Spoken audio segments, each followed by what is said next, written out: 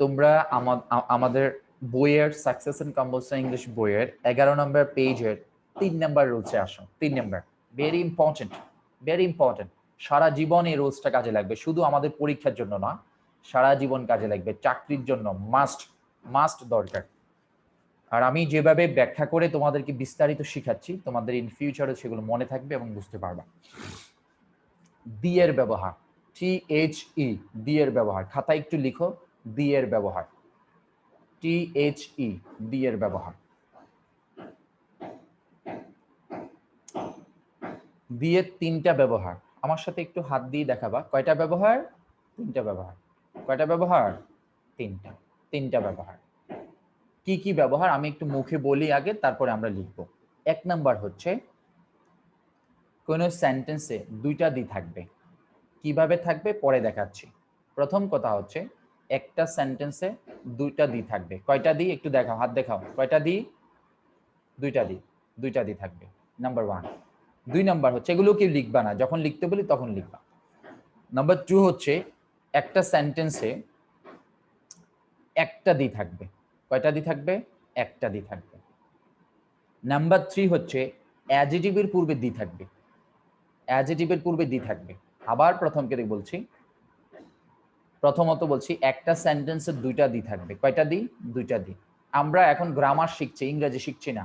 ইংরেজি শিখা এক জিনিস, গ্রামার শিখা আরেকটা জিনিস, ক্লিয়ার করতে হবে। ইংরেজি শিখা এক জিনিস, গ্রামার শিখা আরেক জিনিস। গ্রামার শিখছি, গ্রামার দিয়ে ইংরেজি শিখা যায় না। একটা হচ্ছে ভাষা, আরেকটা হচ্ছে গ্রামার। গ্রামারের গতিতে চলবে। আমরা গ্রামার শিখছি, একাডেমিক পড়াশোনা শিখছি। আচ্ছা, 2টা দি হবে। 2 নাম্বার হচ্ছে একটা দি হবে। 3 নাম্বার হচ্ছে অ্যাডজেক্টিভের পূর্বে দি হবে। প্রথম প্রশ্ন, 2টা দি যে হবে কোথায় বসবে? একটা দি যে হবে কোথায় বসবে?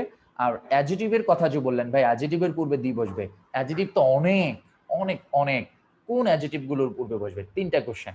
এবার তোমরা খাতায় লিখো, আমি স্ক্রিন শেয়ার করে ব্যাখ্যা করে বুঝাই দিচ্ছি।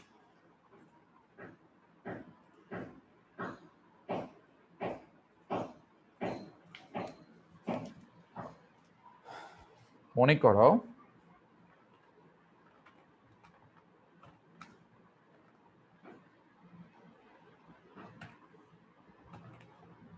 দি এর ব্যবহার।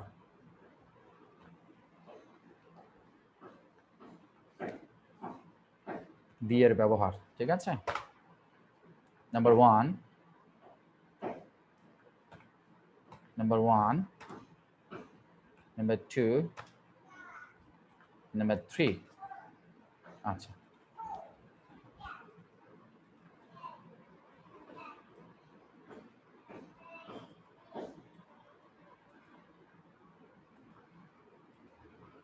আচ্ছা, 1 নাম্বারটা একটু ফলো করো, তারপরে লিখবা। যখন লিখতে বলি আবার লিখবা, একটু অপেক্ষা করো।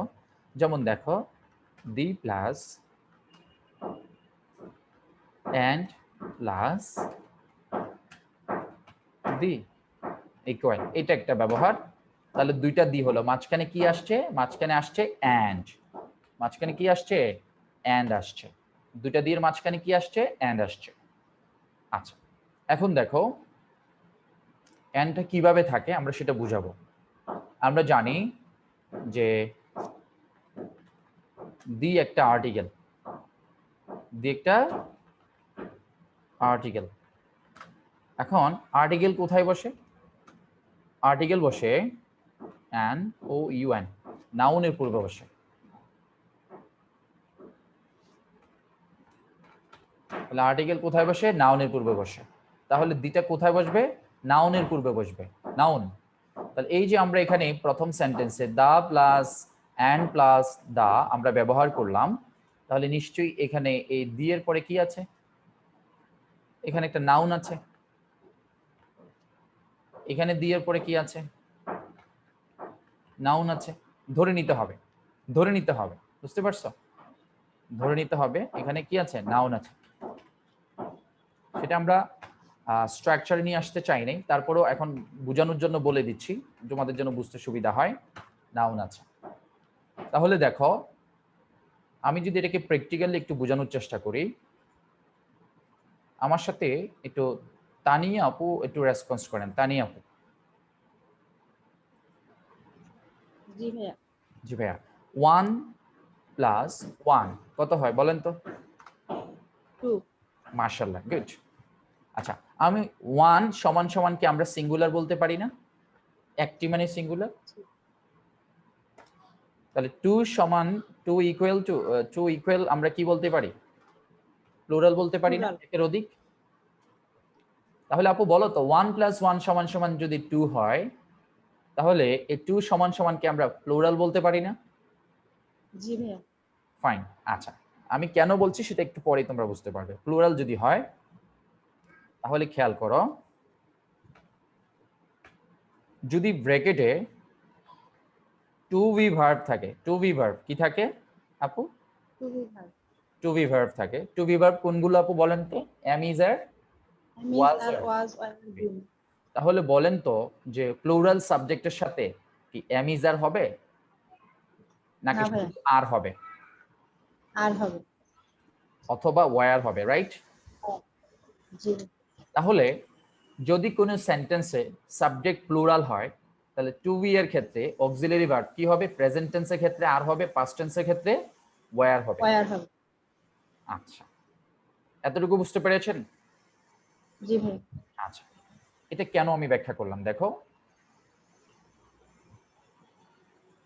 এই যে নাউন ব্যবহার করলাম, the plus noun, the plus noun, এই নাউন দ্বারা যে কোনো একটা ডিজিগনেশন বোঝাবে, যে কোনো একটা পদবি বোঝাতে পারে। পদবি হেডমাস্টার হতে পারে, এমপি হতে পারে, মিনিস্টার হতে পারে, প্রিন্সিপাল হতে পারে, চেয়ারম্যান হতে পারে, তারপরে হচ্ছে আরো অনেক কিছু হতে পারে। যে কোনো একটা ডিজিগনেশন পদবি বোঝাবে। যেমন আমি একটা এক্সাম্পল যদি প্র্যাকটিক্যালি লিখি,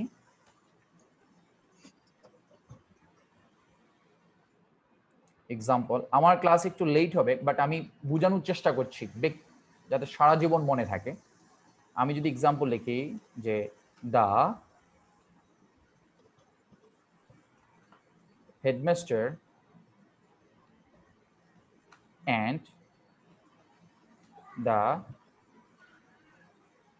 and the secretary, the headmaster and the secretary, secretary,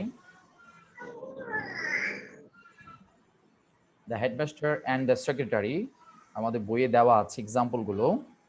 B present, B present, PRESENT, present. আচ্ছা, তাহলে আপু এখানে আপনি বলেন তো আমরা দি পাইলাম কিনা? জি ভাইয়া এখানে একটা দি পাইলাম কিনা? জি এই দিটা হচ্ছে নাম্বার 1, রাইট? জি আর এই দিটা হচ্ছে নাম্বার 2। 2 তাহলে কয়টা দি হলো? দুইটা মাঝখানে একটা এন্ড আসছে কি? জি ভাইয়া তার মানে এই এন্ড শব্দের অর্থ হচ্ছে এবং, এই এন্ড দ্বারা দুইটা নাউন বা দুইটা পদবীকে যুক্ত করেছে, রাইট? জি ভাইয়া এন্ড একটা কনজাংশন, কনজাংশনের কাজ হচ্ছে সংযোগ স্থাপন করা, দুইটা সেন্টেন্সকে যুক্ত করা, দুইটা ক্লজকে যুক্ত করা, দুইটা নাউনকে যুক্ত করা, দুইটা প্রোনাউনকে যুক্ত করা। আচ্ছা, তাহলে এখানে হেডমাস্টার হচ্ছে একটা পদবী আর সেক্রেটারি হচ্ছে আরেকটা পদবী। তাহলে কয়টা পদবী পেলাম? দুইটা পদবি তাহলে দুইটা পদবীর পূর্বে কি আসছে? দি আসছে, রাইট? জি আসছে জি তাহলে আমরা জানি যে দুইটা দি মানে হচ্ছে 1 প্লাস 1 ধরতে পারি, একটা দি সমান সমান 1, আরেকটা দি সমান সমান 1। তাহলে 1 প্লাস 1 সমান সমান 2, 2 সমান সমান বার কি হয়ে গেল? প্লুরাল হয়ে গেল, ভাইয়া রাইট? জি ভাইয়া তাহলে এখানে আনসারটা কি লিখতে পারি আমরা? আমরা কি এম ইজ লিখবো the নাকি? headmaster and the secretary are present হবে আর অ্যাবসলিউটলি হবে রাইট, অ্যাবসলিউটলি রাইট। এখানে আমরা আরও লিখতে পারি এবং ওয়ারও লিখতে পারি। প্রশ্ন ভাইয়া কেন ওয়ার লিখবো? কারণ এখানে পাস্ট টেন্সের কোনো ক্লো নাই, সেজন্য আমরা পাস্ট টেন্সে লিখতে পারি। প্রেজেন্ট টেন্সেরও কোনো ক্লো নাই, সেজন্য আমরা আর লিখতে পারি। এখন প্রশ্ন ভাইয়া দুইটা কি লিখা যাবে? অতিরিক্ত লিখার দরকার নাই পরীক্ষাতে। আমাদেরকে আর অথবা ওয়ার যে কোনো একটা লিখবো, সময় সেভ হবে। মনে করো কেউ কোনো কারণে, হ্যাঁ আমি তো বলবো সবসময় আর লিখার চেষ্টা করবে, বর্তমান লিখার চেষ্টা করবে। ওয়ার লিখতে গিয়ে মনে করো WER এতটুকু লিখে টিচার খাতা টান দিয়ে নিয়ে গেল, তাহলে তোমার আনসারটাই ভুল হয়ে গেল। আর যদি আর লিখতা, তিনটা বর্ণের মধ্যেই লেখাটা শেষ হয়ে যেত। তাহলে আমি যেটা বুঝাতে চেয়েছি এখানে যে এন্ড দ্বারা দুইটা দি যুক্ত হলে, এন্ড দ্বারা দুইটা দি যুক্ত হলে 1 প্লাস 1 সমান সমান 2, 2 মানে প্লুরাল। তাহলে এন্ড দ্বারা দুইটা দি যুক্ত হলে ভার্ব হবে প্লুরাল, বাট নিয়মটা কিন্তু এমন নয়। যদি বইয়ের ভাষা আমি বোঝাতে চাই তাহলে আমাকে এভাবে বোঝাতে হবে যে এন্ড দ্বারা দুইটা নাউন যুক্ত হলে ওই দুইটা নাউন দ্বারা যদি দুইজন ব্যক্তির দুইটি পদবি বোঝায় এবং আলাদা আলাদা পদবি বোঝায়, আলাদা আলাদা ব্যক্তি বোঝায়, তখন ভার্ব হবে প্লুরাল। এখানে দেখো হেডমাস্টার হচ্ছে রহিম মিয়া আর সেক্রেটারি হচ্ছে করিম মিয়া, তাহলে দুইজন ব্যক্তি। আমি যদি বইয়ের ভাষার নিয়মটা বোঝাতে চাই, কোন সেন্টেন্সে এন্ড দ্বারা দুইটা নাউন দ্বারা যদি দুইটা পদবিকে বোঝায়, দুইজন ব্যক্তিকে বোঝায়, আলাদা আলাদা দুইজন ব্যক্তিকে বোঝায়, তখন ভার্ব হবে প্লুরাল। ভাই সত্য কথা হচ্ছে কি, পরীক্ষার মধ্যে নাউন আর পদবীর কথা মনে থাকে না, আমাদেরকে এটা মনে রাখতে হবে দুইটা দি পেয়েছি। একটু হাত দিয়ে দেখাবা, কয়টা দি পেয়েছি? দুইটা দি পেয়েছি, মাঝখানে কি আছে? এন্ড আছে। দুইটা দি মানে 1 + 1 = 2, 2 মানে প্লুরাল। এখানে কি দুইটা নাউন বোঝাচ্ছে নাকি দুইটা পদবি বোঝাচ্ছে? আমাদের এত কিছু বোঝার দরকার নাই, আমাদের বোঝা দরকার পরীক্ষা ভালো মার্কস পেতে হবে। তাহলে কি করতে হবে? দুইটা দি থাকলে ভার্ব প্লুরাল হবে, মাঝখানে যদি এন্ড থাকে। আর দুইটা দি তখনই হয় যখন আলাদা আলাদা দুইজন ব্যক্তিকে বোঝায়। আশা করি বুঝতে পেরেছো। দুইটা দি তখনই হয় যখন আলাদা আলাদা দুইজন ব্যক্তিকে বোঝায়। সবাই কি বুঝতে পেরেছো? Thank you, good. আচ্ছা, তাহলে এটা একটু তোমরা একসাথে স্ক্রিনশট দিয়ে নিও, কোনো অসুবিধা নাই। আচ্ছা, তাহলে একটা রুলস আমরা অলরেডি জেনে গেলাম যে দুইটা দি থাকলে প্লুরাল হবে এবং দুইটা দি দ্বারা দুইটা নাউনকে যুক্ত, দুইটা নাউন বা দুইটা পদবীর পূর্বে বসে। ঠিক আছে, তো পরীক্ষার নিয়ম মনে থাকবে না, পরীক্ষা এটা মনে রাখবা যে দুইটা দি আছে, মাঝখানে এন্ড আছে, মানে এটা প্লুরাল, সহজ কথা। আর দুইটা দি তখনই হয় যখন দুইজন ব্যক্তিকে আলাদা করে বোঝায়। এখন আমরা শিখবো, দেখো যে the plus and plus dot dot dot dot dot. Tania আপু একটু রেসপন্স করেন। জি জি ভাইয়া। আপু এখানে কয়টা দি দেখতে পেলেন? একটা দি। মাঝখানে কি আছে? এন্ড আছে কিনা? জি আচ্ছা, মাঝখানে এন্ড আছে, তার মানে এন্ড দ্বারা যুক্ত করে, রাইট? জি নিশ্চয়ই শুরুতে এবং শেষে কিছু না কিছু আছে। এখানে দেখো, তাহলে এখানে দি এর পরে কি থাকবে? একটা নাউন থাকবে, এটাই স্বাভাবিক, রাইট? জি আর এখানেও একটা নাউন আছে। কি আছে? নাউন। বাট এখানে দি নাই। এখানে কি নাই? দি নাই। কেন নাই? আমরা একটা এক্সাম্পল লিখে এটা একটু ক্লিয়ারলি বুঝার চেষ্টা করি। এক্সাম্পল, সেম সেন্টেন্সটাই যদি আমি লিখি, একটু আগে যেটা লিখতাম, the headmaster and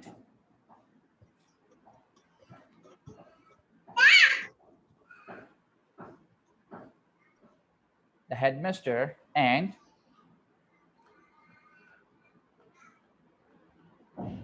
the headmaster and secretary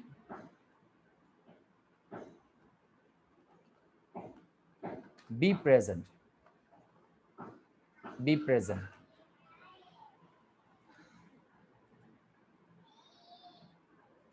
Okay.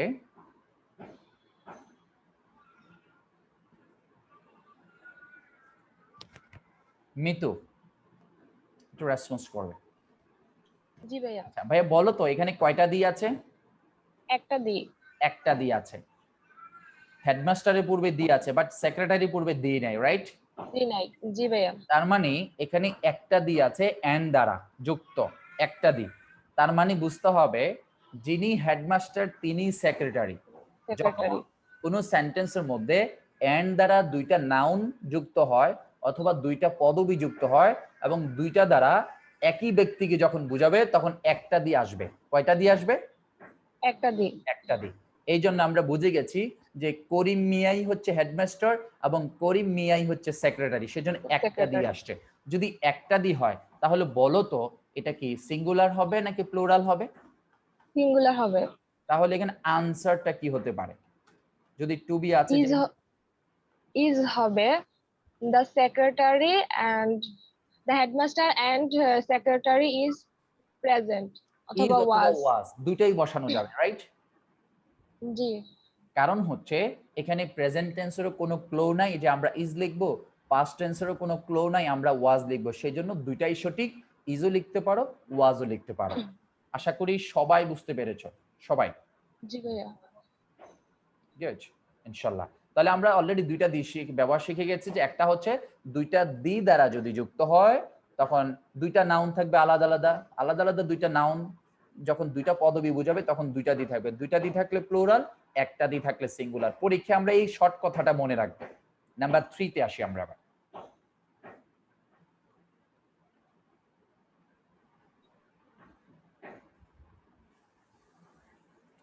তিন নম্বরে আসো। 3 নম্বরে আমরা বলছিলাম যে the plus adjective, the plus adjective থাকলে সমান সমান ইকুয়াল ভার্ব কি হবে? ভার্ব হবে প্লুরাল, ভার্ব হবে প্লুরাল। প্লুরাল।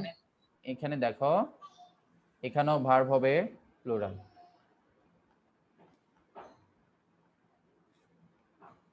ভার্ব হবে প্লুরাল। আর এই জায়গায়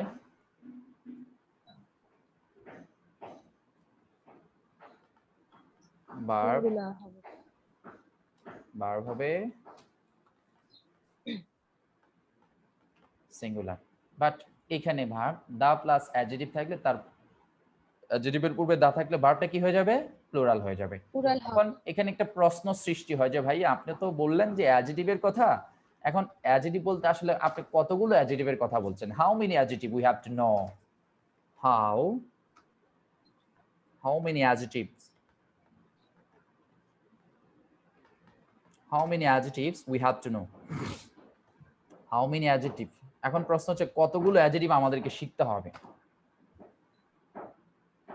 300টা অ্যাডজেটিভ শিখতে হবে। কয়টা অ্যাডজেটিভ? 300টার মতো অ্যাডজেটিভ শিখতে হবে। 300-র মতো শিখতে হবে। এনি আপু কোথায়? এনি আপু, এনি আপু রেজ হ্যান্ড করেন। জি এনি আপু, জি। কয়টা অ্যাডজেটিভ শিখতে হবে আপু? 300। সাউন্ড করেন। 3টা। 300টা। কয়টা অ্যাডজেটিভ? 300টা। কয়টা? হ্যালো, জি আপু শুনতে পাচ্ছো?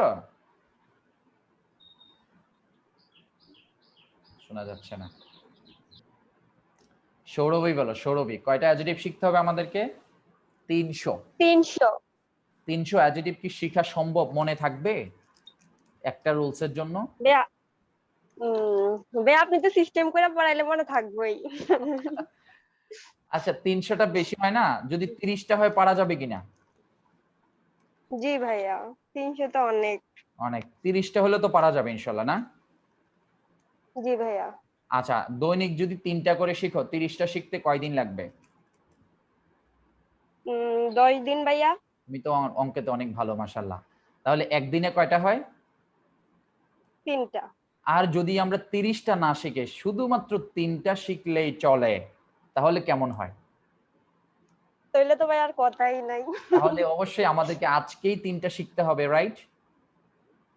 জি ভাইয়া। Thank you. আমরা ক্লাসেই 3টা শেষ করে দিব। Thank you. আমি আবার সরাসরি আলোচনা চলে যাচ্ছি। এখন যে আমরা বলছিলাম যে 3টা অ্যাডজেটিভের কথা, এখন সবারই একটা প্রশ্ন যে ভাই আপনি 3টা অ্যাডজেটিভ করতেছেন বারবার। কোন 3টা অ্যাডজেটিভ? একটা হচ্ছে পুয়ার, PWR, পুয়ার, গরিব। তারপর হচ্ছে রিচ, RICH, রিচ। তারপর হচ্ছে ভার্চুয়াস, VIR। তারপর হচ্ছে এখানে TU, হ্যাঁ VIRTUOUS,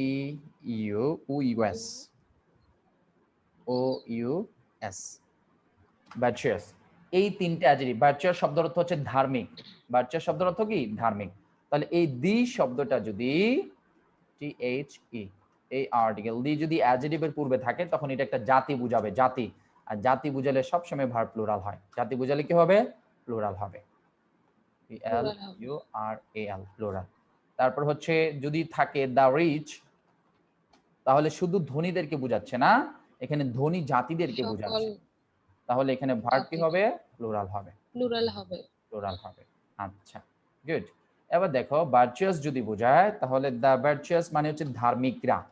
ধার্মিক, ধার্মিক শুধু একজন না, ধার্মিক অনেক হয়, সেই জন্য এটাও কি হবে, প্লুরাল হবে। প্লুরাল হবে। প্লুরাল হবে। সবাই কি বুঝতে পেরেছো তিনটা অ্যাডজেক্টিভ? আমার সাথে একটু পড়ো, সবাই একটু পড়ো। Rich, poor, virtuous. 5 বার করে পড়ো। Rich, poor, virtuous. Rich, poor, virtuous. Rich, poor, virtuous. তার মানে আমাদের মুখস্থ হয়ে গেছে অনেকটা।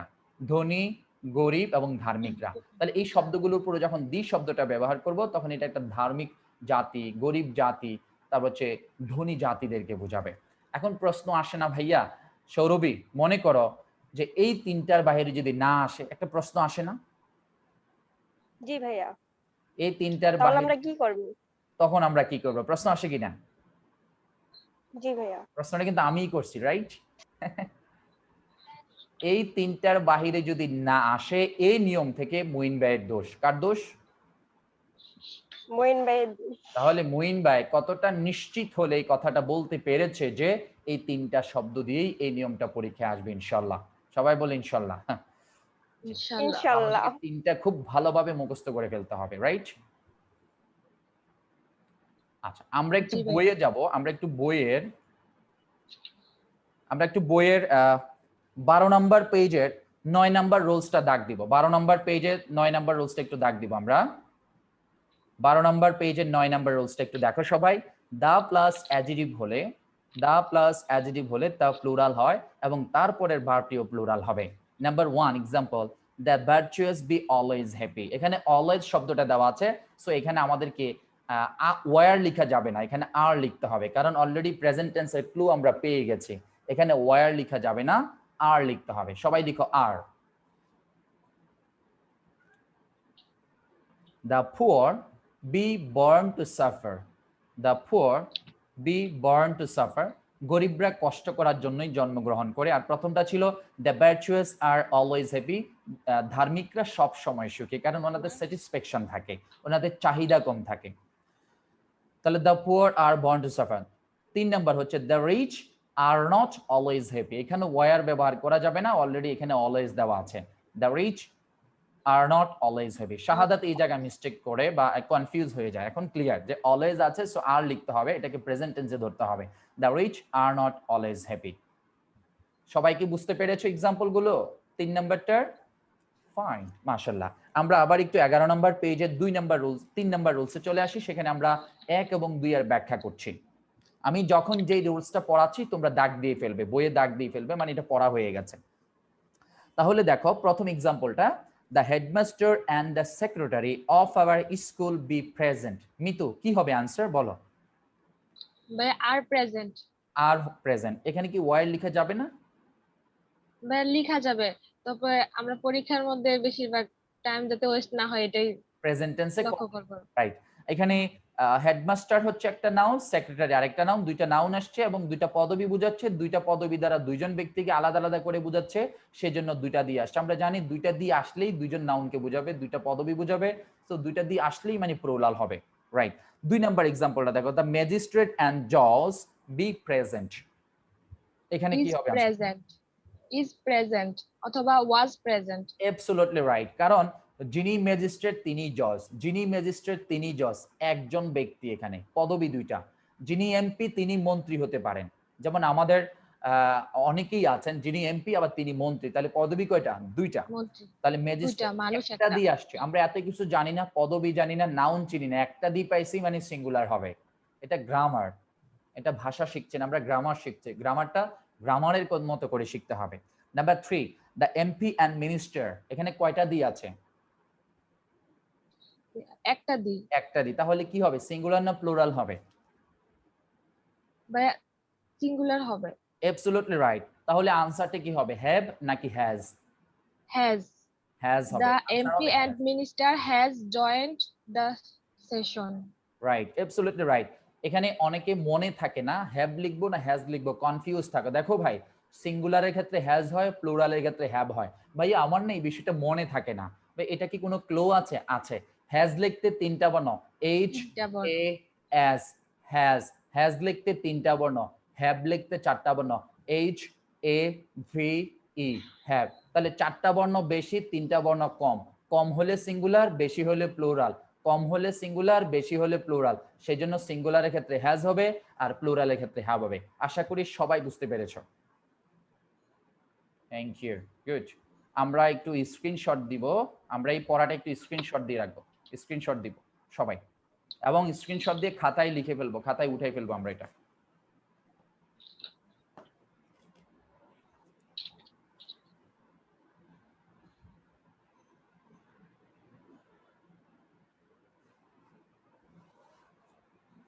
আমরা একটু স্ক্রিনশট দিব সবাই।